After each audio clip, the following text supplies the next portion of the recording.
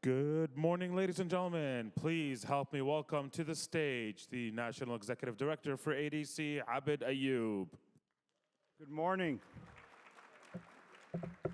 Good morning, good morning. Thank you all for being with us. I hope you got some rest and energy and you enjoyed yesterday's program. Look, we got a great program in line for you today. We got a number of dynamic speakers, a number of dynamic sessions happening. Just please be mindful of the security line of the time, and we are trying to commit to the timeline. We apologize again for running a few minutes late. But for this very first session, it's going to be dynamic, it's going to be very informative, and it's going to be very energetic. So I do want to call out our good friend who was with us yesterday, Al-Abbas Farhat, real quick to give quick introductions. Then we're going to get the program going. Thank you. Come up, Representative Farhat, come on. Thank you. Thank you. Good morning, everyone.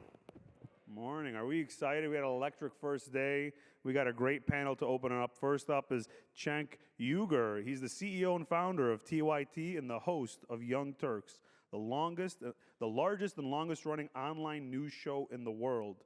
He also co-founded Justice Democrats and is the best-selling author of Justice is Coming. I'm going to ask for a signed copy. TYT reaches over 500 million viewers monthly with 31 billion total video views, making it the most engaged news and politics network online. Cenk launched TYT on Sirius Radio in 2020 and began uploading to YouTube in 2005. He previously hosted shows on MSNBC and Current TV and has appeared on major outlets like ABC, NPR, Fox News, and Al Jazeera. Uygur holds degrees from the Wharton School at the University of Pennsylvania and Columbia Law. Please welcome him to the stage.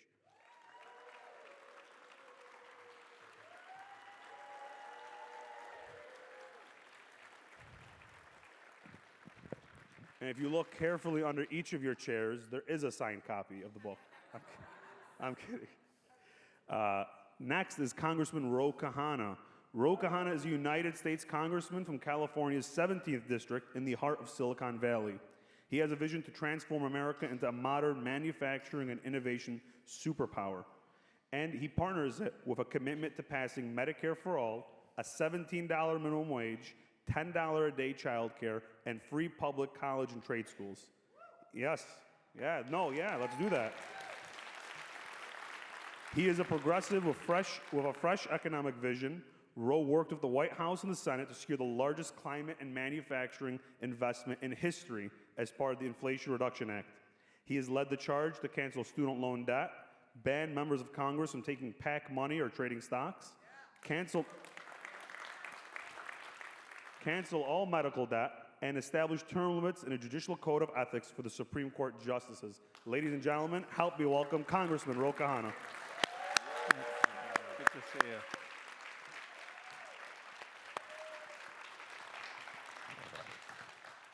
All right, welcome everybody. Great to see you here and very proud to be in Dearborn, Michigan.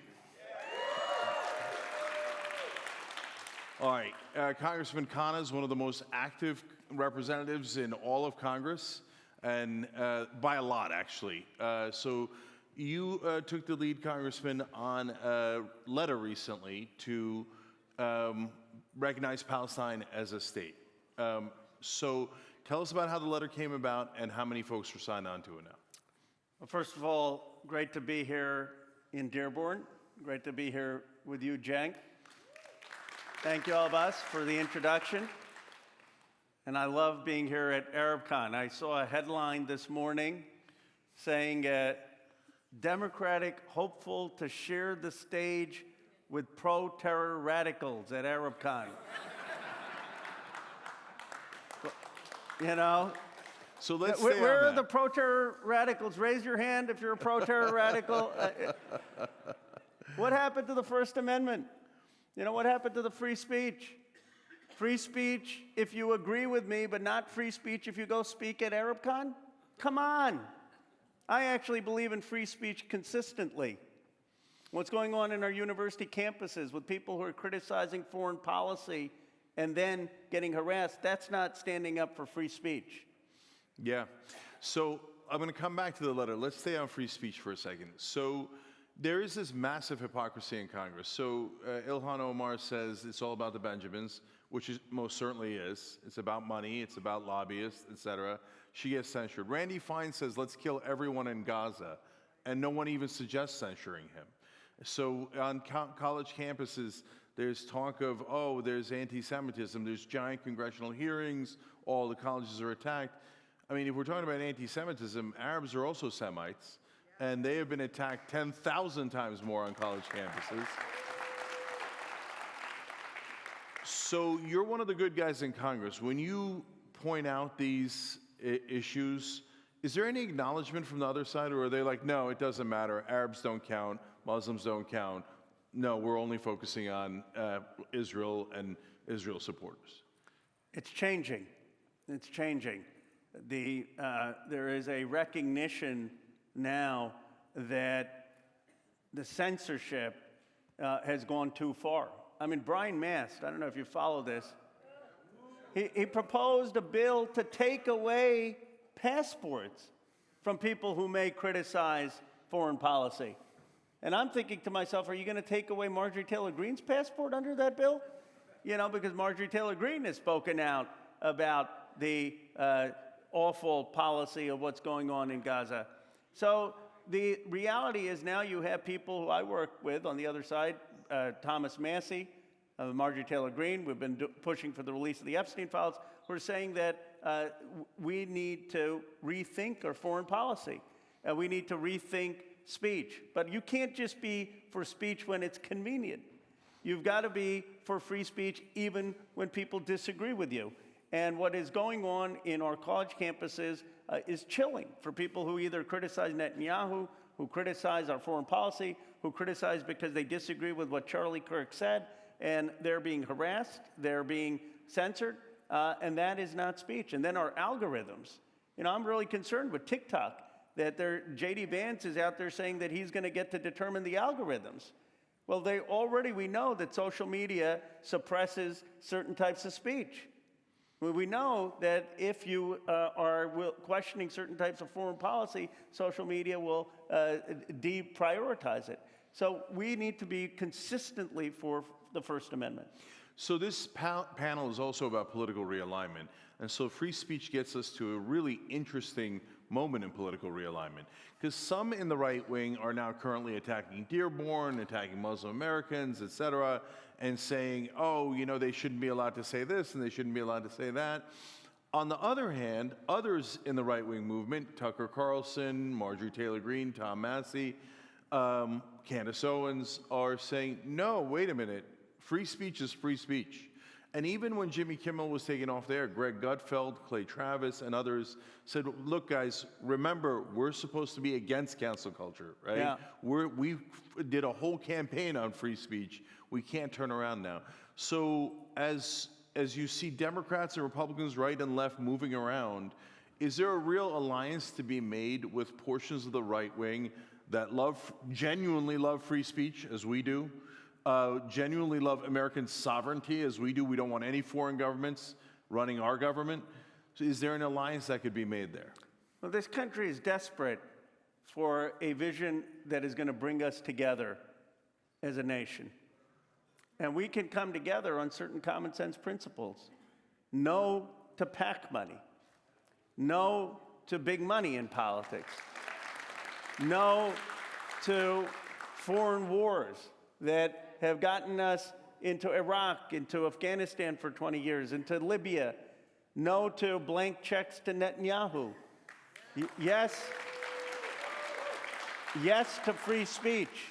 Yes to rebuilding this country that was deindustrialized. Yes to increasing wages for working and middle-class Americans. We need leadership that is not going to divide this country on partisan tribes, but is going to present a transformative vision on the economy, on free speech and transparency, and on foreign policy that is actually going to be for the American people. That's what I think the country wants. So the alliances are shifting. Now, Dearborn, I don't understand all these people who have stereotypes of Dearborn. They've never been to Dearborn. This is my 5th or 6th time. First of all, it's great food. Just come for the food.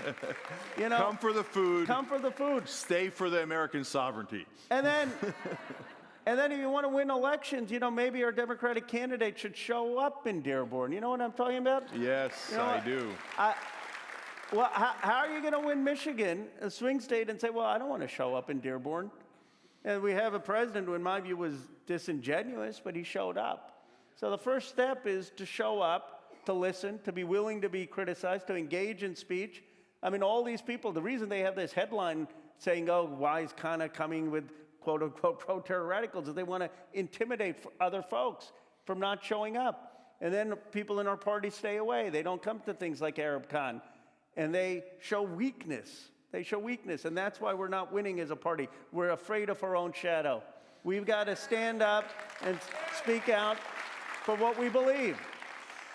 Yeah, so again, with the realignment, in the old days, you dig in, okay, we disagree with a lot of what Tucker says or Candace says.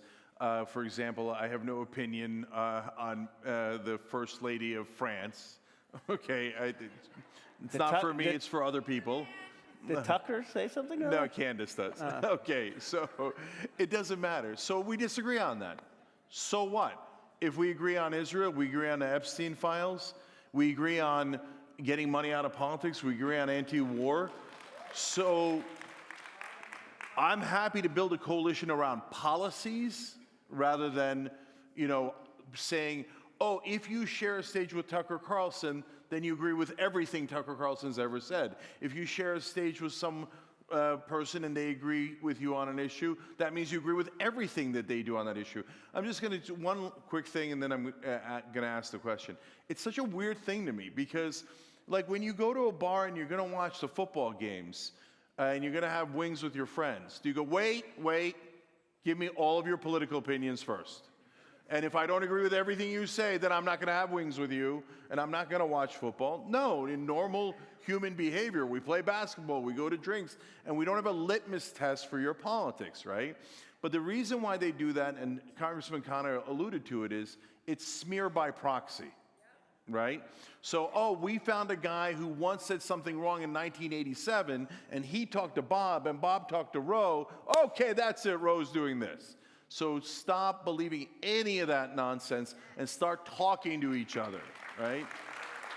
So, Ro, along those lines, now we have an interesting alliance back to Congress between you and Massey and now Marjorie Taylor Greene on some issues like protecting the victims of Epstein and actually prosecuting the perpetrators, and that list grows. But let's stay with Epstein for a second.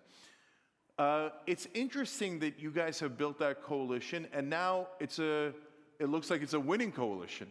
And then so since you peeled off enough Republicans to be able to get it done, they're talking about maybe releasing with hall passes for another 20 to 40 Republicans to vote with you guys that wouldn't have otherwise. Isn't that a kind of a shining example of actual bipartisanship? That the mainstream, the establishment politicians, the establishment media doesn't want, but you guys kind of grew it up from the grassroots? Thomas Massey and I have partnered on a number of issues. We partnered on a war powers resolution to prevent us from having unilateral action and getting us into a war in Iran. We partnered on trying to stop the war in Yemen. And so we've worked together on these issues and had trust. And we said, look, why should our government be protecting rich and powerful men who have abused underage girls? It is the height of elite impunity. And it's a symbol for everything people dislike about government, that somehow government isn't working for you. Government is working to protect rich and powerful people. There was a release yesterday in the Epstein files, because we started to get some of them, and Epstein has met with Bill Gates and Peter Thiel and Elon Musk. And I said, how is one person meeting all the rich and powerful folks? What is going on? And so we have built a coalition standing with survivors, with Marjorie Taylor Greene, Lauren Boebert, Nancy Mace, and we're going to get 218 signatures to force a vote. That's unprecedented. In my 10 years of Congress, it hasn't happened. Now there are two ways of fighting. One is to just go on social media and or the media on cable news and just go criticize anti-Trump, anti-Trump, anti-Trump. The other is to actually build coalitions that are going to stand up for people and deliver. And my view is that we've tried the anti-Trump thing since he walked down the escalator. It hasn't worked. We need to offer an alternative in this country. And we need to offer an alternative that gets some of the folks who voted for Trump on our side. The Epstein issue is one issue that is doing that, with the Democrats being the party now in partnership with Massey saying we're for transparency, we're for a government that works. Another area where we should be clearly in the lead is saying stop any weapon sales to Israel that are being used to kill civilians. Now, you got all these Democratic leaders, and you know what they're hoping? They're under their desks. They're hoping they can just say anti-Trump, anti-Trump, anti-Trump, and that people won't notice what their views are on the issue in Israel. I called for the recognition, this letter you're talking about, the recognition of a Palestinian state. They're saying, you know, I got 47 Democrats on the letter, but I should have more. How can you be a Democrat in the Congress and not believe that it is time for the United States to recognize Palestinian aspirations at a time when Ben-Gvir, Smotrich, and Netanyahu are annexing the West Bank and erasing Palestinian identity? They say I'm on the fringe. They say I don't have moral clarity. Look at the arrogance. You got France, you got UK, you got Canada, you have Australia. You have 4 out of the 5 permanent Security Council members, over 150 countries calling for the recognition of a Palestinian state. And somehow the United States is not, and they're saying, I don't have moral clarity? They are blind. They are making us on the side of the pariah in world opinion. And I'll tell you something, if this party does not have the moral clarity on issues of Gaza, on issues of Palestinian national aspirations and statehood, on issues of not having military weapons that are killing women and children and starving people in Gaza, that we will not have the moral vision to win back the trust of the American people. We need a transformation of our own party. We need a transformation of the courage in our own party, of the conviction in our own party, to be able to win back the country. And that work has to start in places like Michigan. All right, so this is going to be a difficult question because it involves your colleagues. So 92-8 is what Democratic voters are on Gaza. They don't want us to support Israel in Gaza. They think it's despicable what's happening in Gaza. So you can't get clearer than 92-8, right? And for a long time, the Democratic Party's politicians were 92-8 in the opposite direction, right? So now things have gotten better. Your letter's got 47 people on it. Block the Bombs has 50 people on it. So that's about a quarter of the party, right? But nevertheless, 75% of Democrats in Congress say, screw the voters. I don't care that 92% of our voters are against the genocide. I don't care. So why do they hate their own voters, and why do they not want to actually do what we're asking them to do? Well, one is the money. Bingo. You know, every other week I get AIPAC attacking me. It's like someone hasn't cued them in that every time they attack me, my popularity goes up. Keep it coming, AIPAC. Keep it coming. The other is people are afraid of the headlines that I got today. You know, Khanna shares stage with pro-terror radicals, so they don't want to be smeared in the media. So they've gone, instead of now doing what they used to do, which is, you know, just unabashed defense of Netanyahu and just unabashed defense of those policies, now they just say, we're not going to talk about it. We're going to go under the table. We're not going to raise our voices about it. But we're not going to put ourselves out there in a position of risk. And that's why they're not on the letters. They're not signing letters against it, which is, I guess, an improvement, but they think that that's going to be enough. Well, I've never understood this. I mean, you got Donald Trump out there talking about annexing Greenland or Canada, which is one of the dumbest policies, but he's out there taking these kind of risks, and we're afraid of saying that there should be a Palestinian state? I mean, the problem with the Democratic Party is cowardice on issues of moral principle. And that's not going to we're not going to develop that by sort of chest thumping or a form of masculinity. We have to do that by appealing to principle, the kind of principles that Gandhi stood for, King stood for, Mandela stood for, that has strength of conviction. That's what the party needs to reclaim, a strength of moral principle and moral clarity. So, obviously, I agree, and obviously, I would love to see the party do that. But as you say, they're hiding under their desk. I mean, the idea of, you know what, I'm going to choose not to speak out, even though I'm a representative. Okay, then you're not a representative. Then you should move along. If you'd like to not speak out in your own basement, you're welcome to do it. So at TYT, we have a petition, a pledge to never vote for anyone who has taken money from the Israeli lobby. Okay.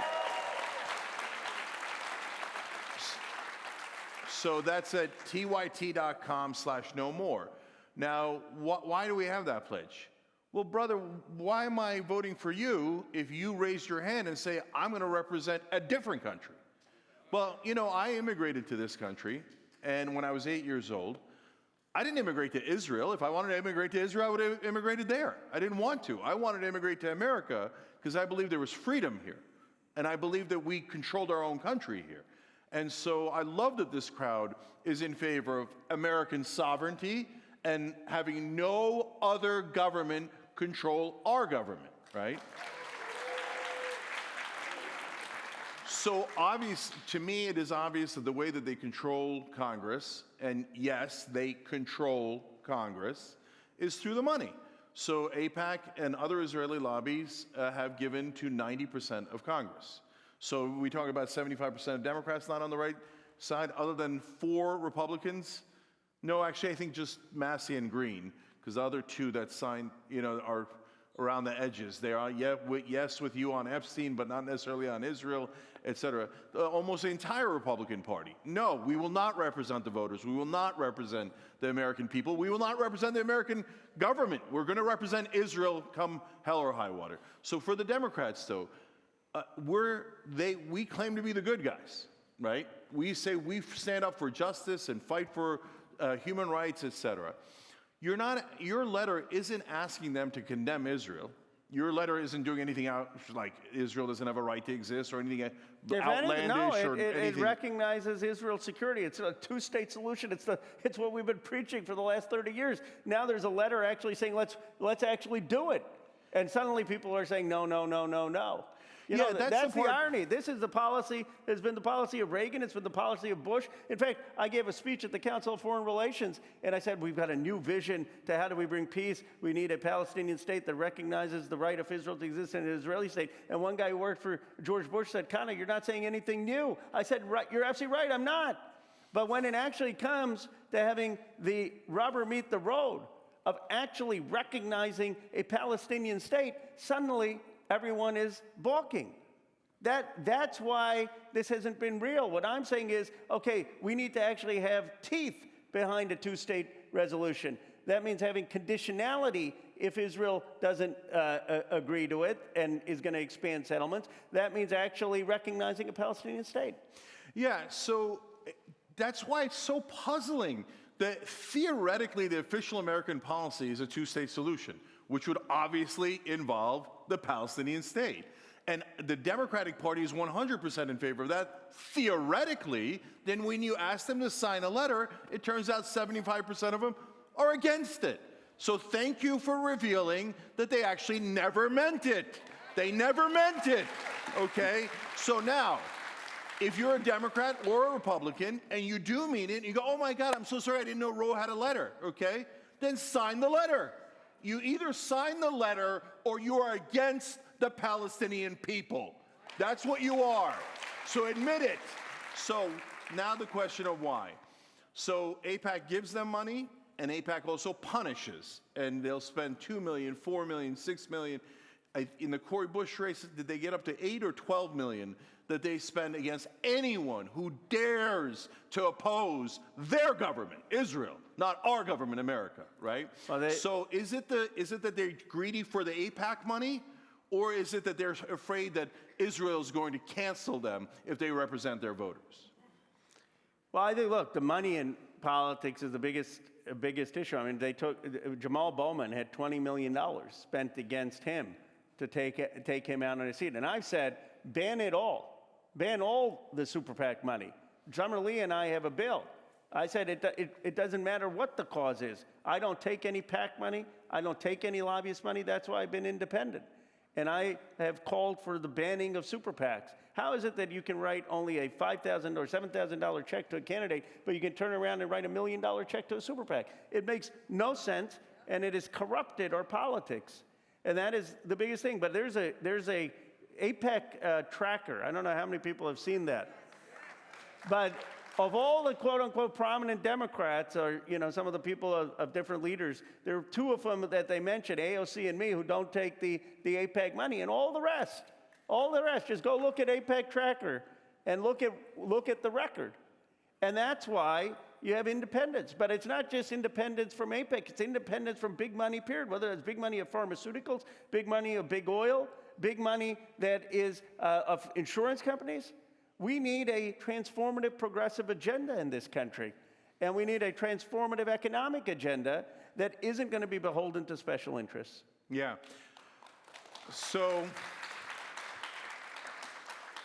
guys, the proof is in the pudding, right? Do you take corporate PAC money or do you not take corporate PAC money? Do you take foreign government money or do you not take foreign government money? So yes, the foreign government money is disguised as American citizens who say, no, America should only work for Israel, right? But Roe doesn't take either one of those. That's why if you don't know, this is an interesting story. We start Justice Democrats. I'm one of the co-founders of it. That's the group that got AOC, Rashida Tlaib, Ilhan Omar, Ayanna Pressley elected.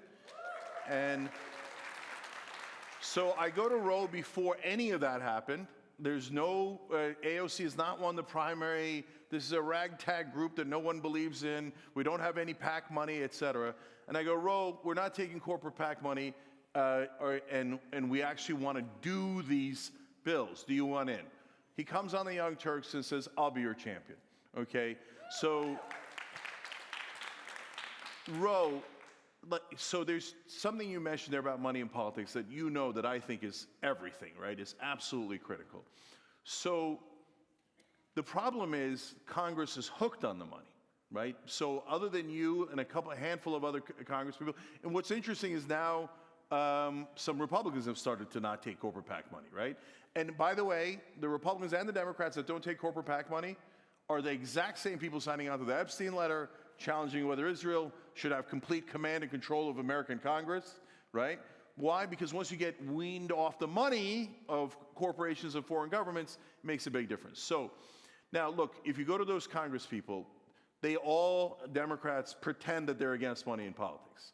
But if you go to take money out of politics, like if you have a bill on it, for example, and it has a chance of passing, will they vote yes?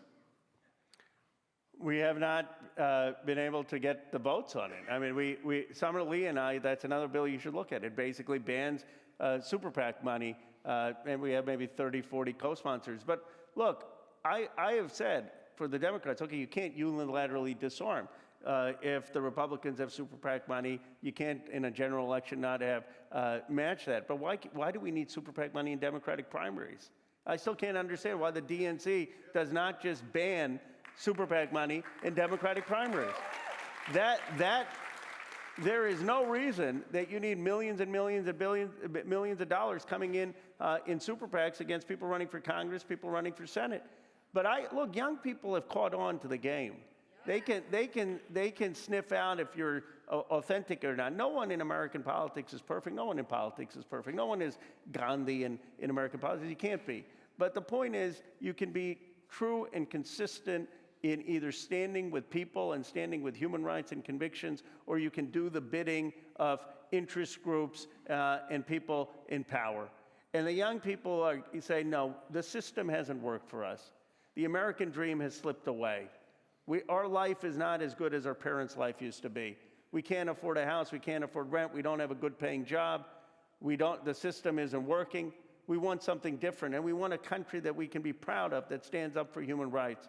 And I think they are the hope for changing our country's politics. I am hopeful about the country. I don't have a sense of just despair.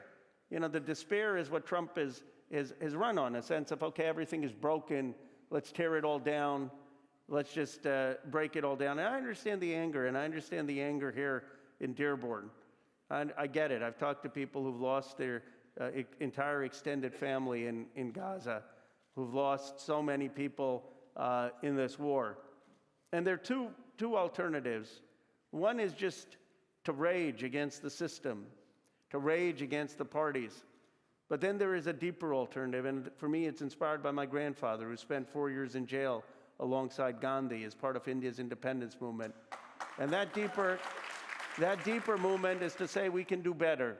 We're imperfect people, but we can do better. We can be building a world and a nation that recognizes justice and human rights. I am of that hope. I am of the hope that we can build a movement that does better and offer people a hope for the future. So I want to get into that as a political calculation and how to unite the country in a second. So I'm going to ask you that question. But I want to ask you guys a question first.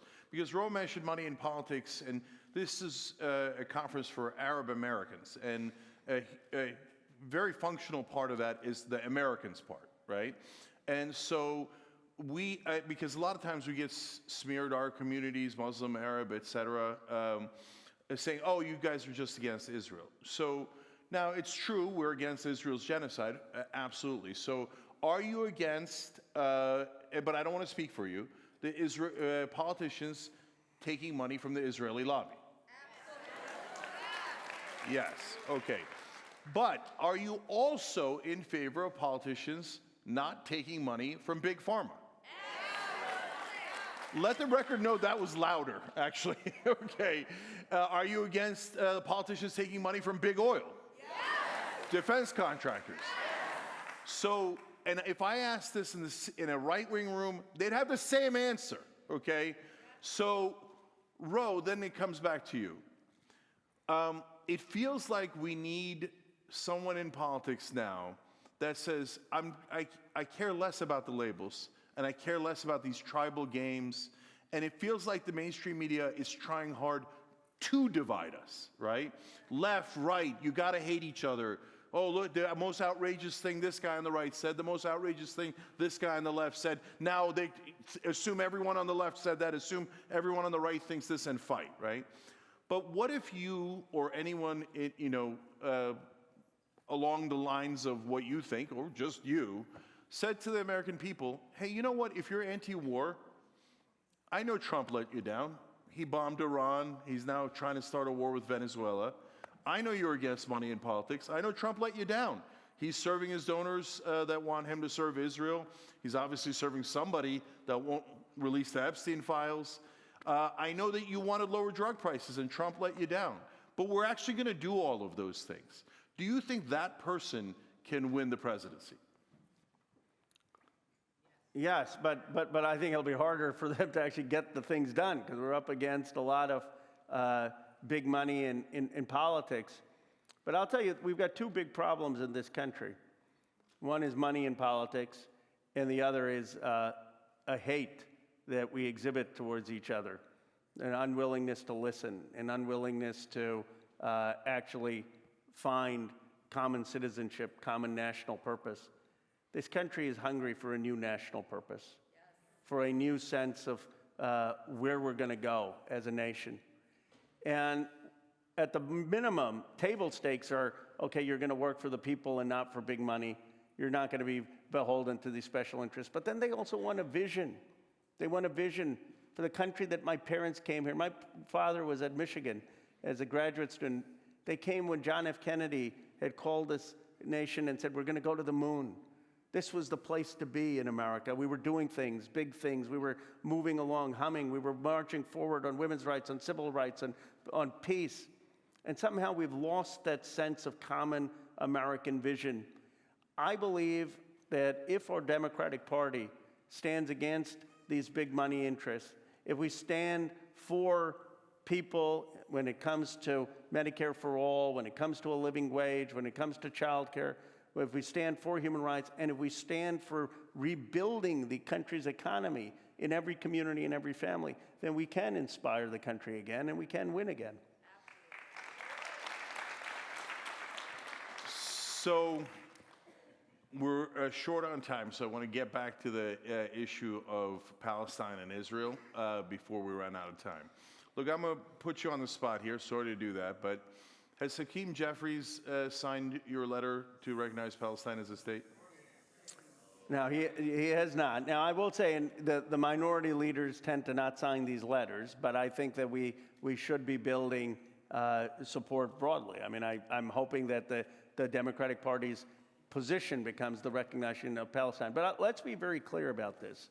The only way that we're going to shift American foreign policy on this issue in the Democratic Party is by winning the nomination and changing the Democratic Party platform.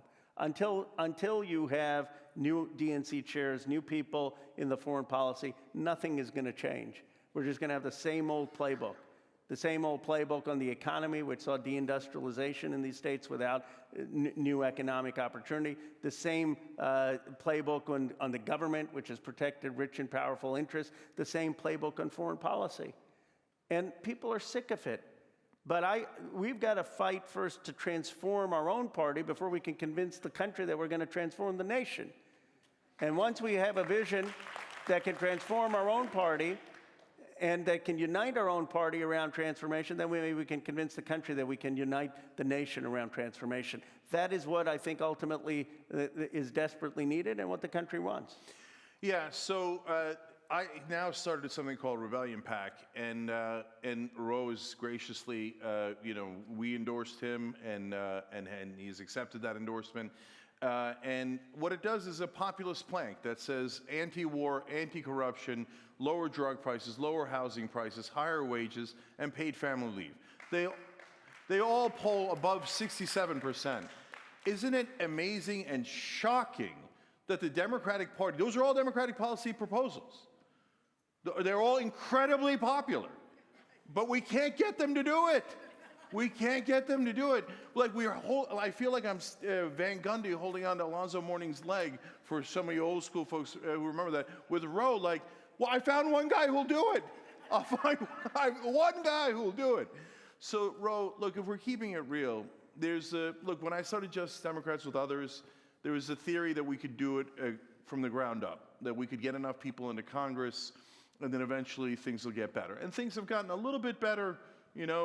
A quarter of the Democratic politicians now kind of represent their voters on some issues. But it feels like now maybe the better path is to do it the way Trump did it, from the top. Win a primary, take the party, and let's go back to what we were, representing the average guy, FDR, JFK, what people knew and loved about the Democratic Party, that we stuck up for the average guy. Is that the better path?